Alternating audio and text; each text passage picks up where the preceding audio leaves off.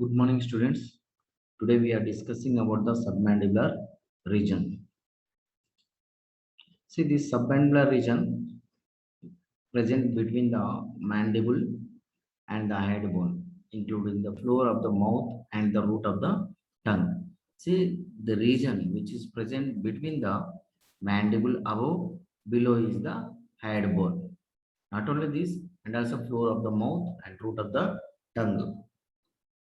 The submandibular region contains what are the muscles are there, what are the nerves, blood vessels are present in that particular region. What is the suprahyoid muscles, submandibular gland, sublingual salivary glands, submandibular ganglia. So, one is the suprahyoid muscles are what are there, submandibular gland, sublingual salivary glands. These two are the salivary glands and also present submandibular ganglia, small, rounded submandibular ganglia. Not only this, and also nerves, cardotympanic nerve. It is a branch of the facial nerve. It provides the preganglionic secretomotor fibers to the glands. That is a submandibular and salivary gland. See, this is the extension. See, above is the submandible from here to here. Below is the hyoid bone. In this region, suprahyoid muscles are there. If we separate the below the mandible, we can identify the submandibular gland. Here, the below the tongue, we can identify the sublingual salivary gland. Next, what are the suprahyoid muscles? Here, the digastric muscle. You know that digastric muscle having the anterior belly and posterior belly is there. Next is the stylohyoid, mylohyoid, geniohyoid.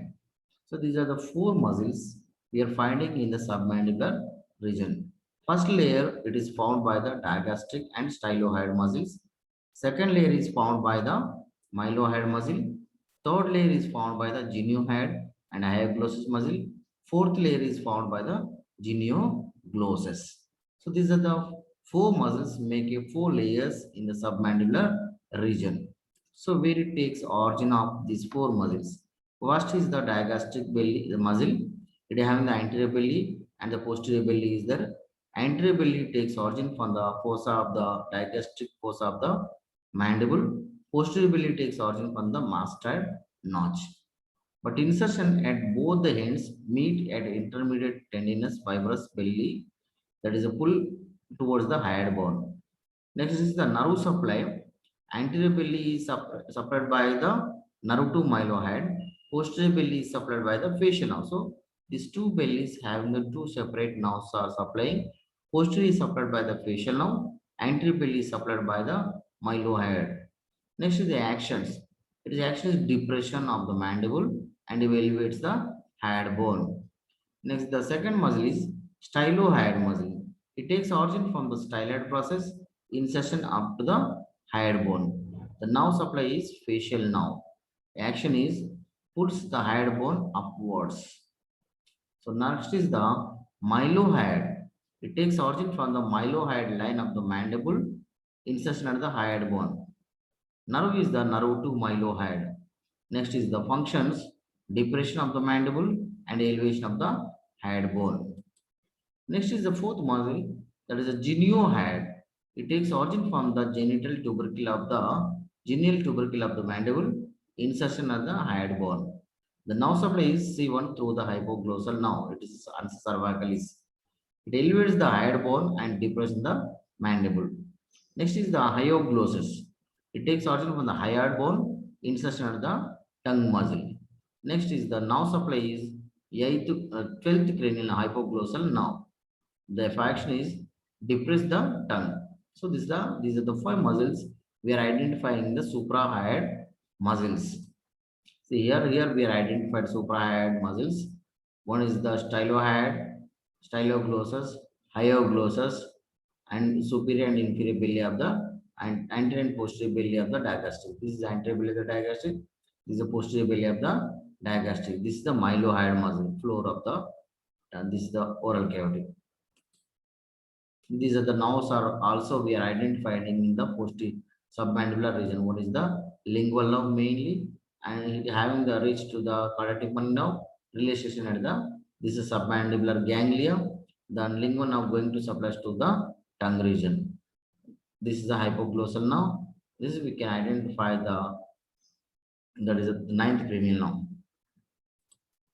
Next is the submandibular salivary gland. What is the shape of this? The gland where it is present. This is the one of the large salivary gland situated in the anterior part of the digastric triangle.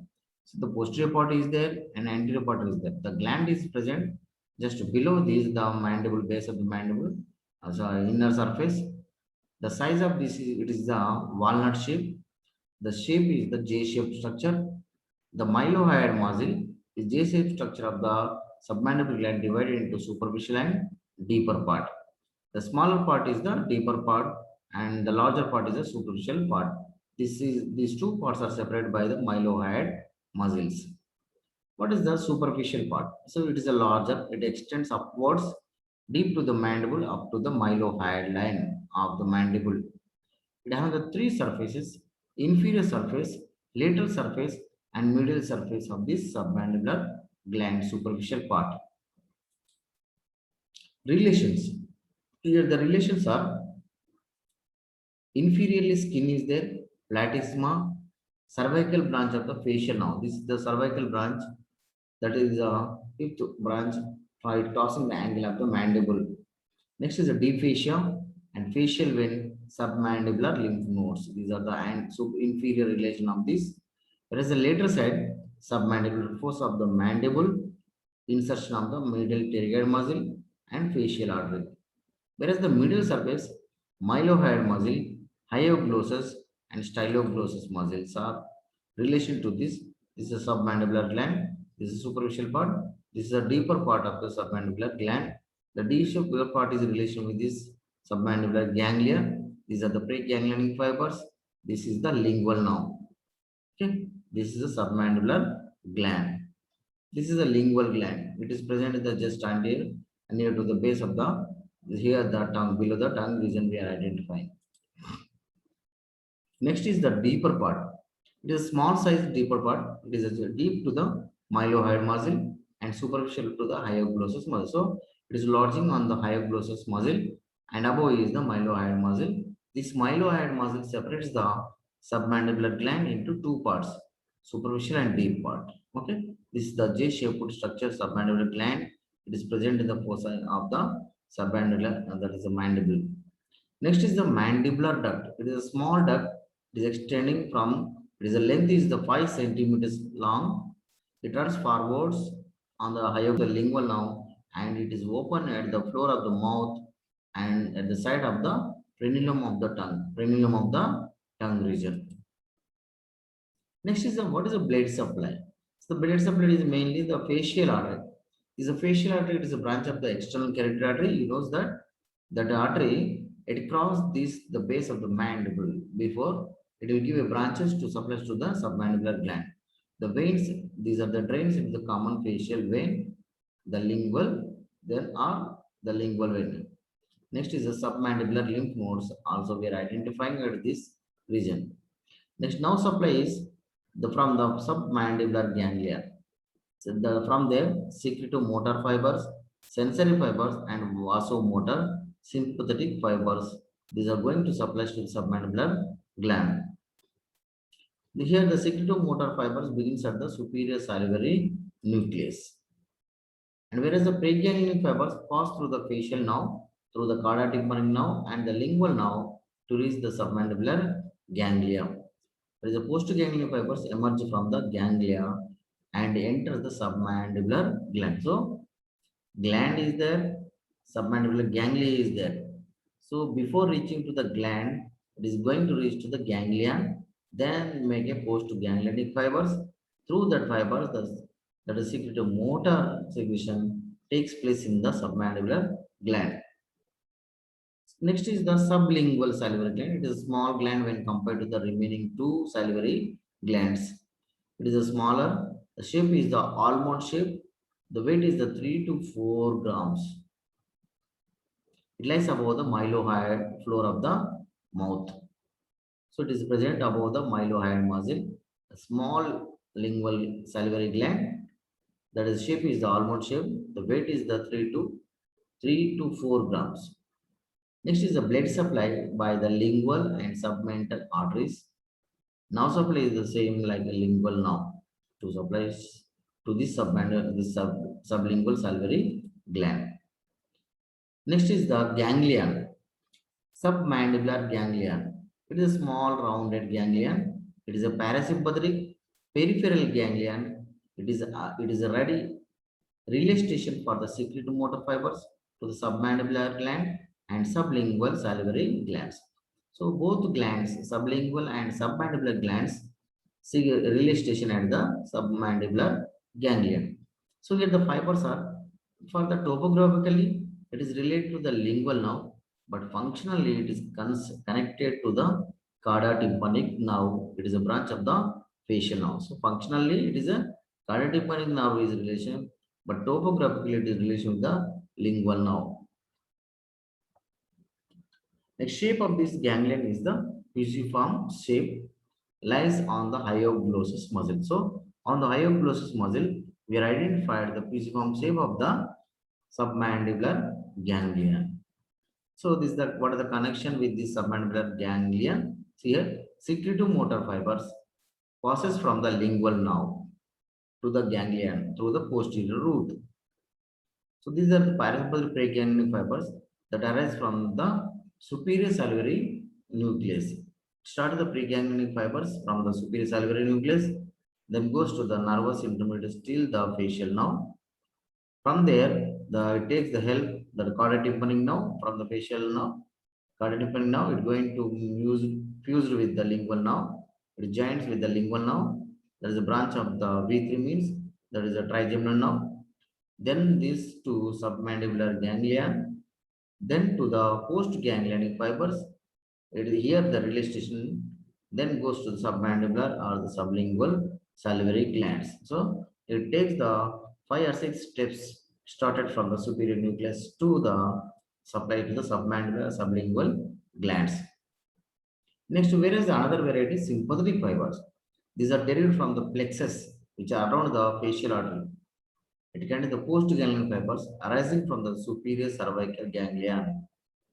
Superior cervical ganglion, middle is there, and inferior also there. Out of these three, first cervical is the largest cervical ganglion and supplies to the submandibular and sublingual glands. Next is the sensory. It is reached through the ganglia to the lingual nerve. Sensory is the lingual nerve. The motor is the hypoglossal nerve is there. This sympathetic fiber started from this the around the facial artery. Next is the applied anatomy. Submandibular lymph nodes. It lies within or outside. Also, we are identifying submandibular lymph nodes in the submandibular salivary glands. The gland is to be removed if lymph nodes are affected or they enlarged. If any disease, especially carcinoma of the tongue, at that time we should take care of this the resection, excision of the submandibular gland. To care of this, there is a cauda-tympanic nerve is crossing just near to this gland. See the nerve is processed across the lymph nodes of the submandibular gland. So careful to the nerves while doing the biopsy of the lymph node. So if you are mistakenly instead of the lymph nodes when you are removing from this, so that time should take care of this. The lingual nerve is there and the cauda-tympanic nerve. These two are going to supply to this the tongue region. The special sensory is the cauda-tympanic and the lingual nerve is the sensory. So you should take care of this. While doing this, the incision must to place the more than the below 4 centimeter the angle of the mandible.